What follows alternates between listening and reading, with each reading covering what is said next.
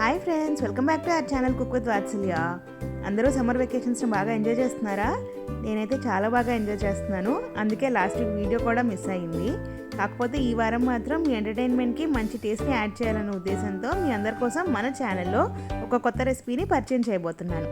అదే మామిడికాయ రసం.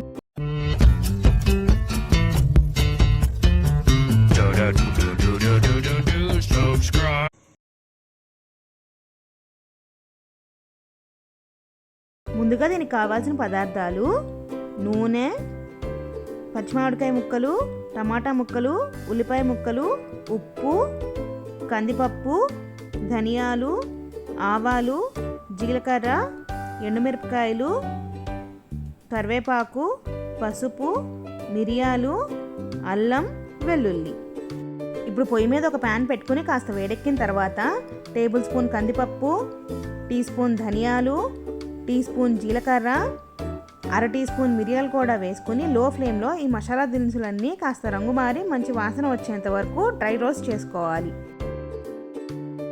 ఇలా డ్రై రోస్ట్ చేసుకున్న మసాలా దినుసుల్ని కాస్త చల్లారనిచ్చి తర్వాత మిక్సీ జార్లో వేసుకుని ఫైన్ పౌడర్గా మిక్సీ పట్టుకోవాలి. ఇప్పుడు పొయ్యి మీద మరో గిన్నె పెట్టుకుని అందులోకి కాస్త పెద్దగా కట్ చేసి పెట్టుకున్న పచ్చిమామిడికాయ ముక్కలు, కాస్త చిన్నగా కట్ చేసి పెట్టుకున్న టమాటా ముక్కలు కూడా వేసుకుని ఈ ముక్కలు మునిగేంత వరకు సరిపడా నీళ్లు, అంటే దాదాపుగా 1.5 గ్లాస్ నీళ్లు పోసుకుని హై ఫ్లేమ్లో ముక్కలు బాగా మెత్తగా ఉడికేంత వరకు, అంటే దాదాపుగా 5 నుంచి 10 నిమిషాల వరకు ఉడికించుకోవాలి. ఇలా ఉడికించుకున్న ముక్కల్ని కాస్త చల్లారిన తర్వాత మిక్సీ జార్లో వేసుకుని ఫైన్ పేస్ట్గా మిక్సీ పట్టుకోవాలి. ఇప్పుడు పొయ్యి మీద మరో గిన్నె పెట్టుకుని అందులోకి 2 టేబుల్ స్పూన్ల నూనె వేసుకుని కాస్త వేడెక్కిన తర్వాత అర టీ స్పూన్ ఆవాలు, ఒక ఎండుమిరపకాయ, కాసిన కరివేపాకు, సన్నగా పొడుగ్గా కట్ చేసి పెట్టుకున్న ఉల్లిపాయలు కూడా వేసుకుని ఉల్లిపాయలు కాస్త రంగు మారేంత వరకు వేయించుకోవాలి.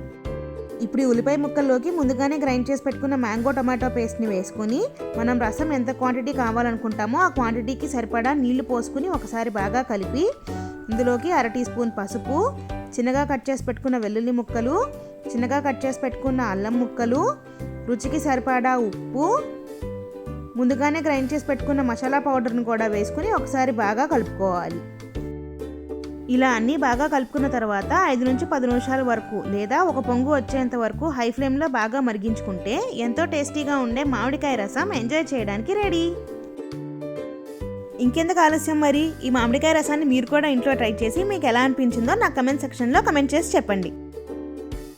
అలాగే మీకు నేను చేసే రెసిపీస్ కనుక నచ్చినట్లయితే do like, share and don't forget to subscribe our channel cook with Vatsalya.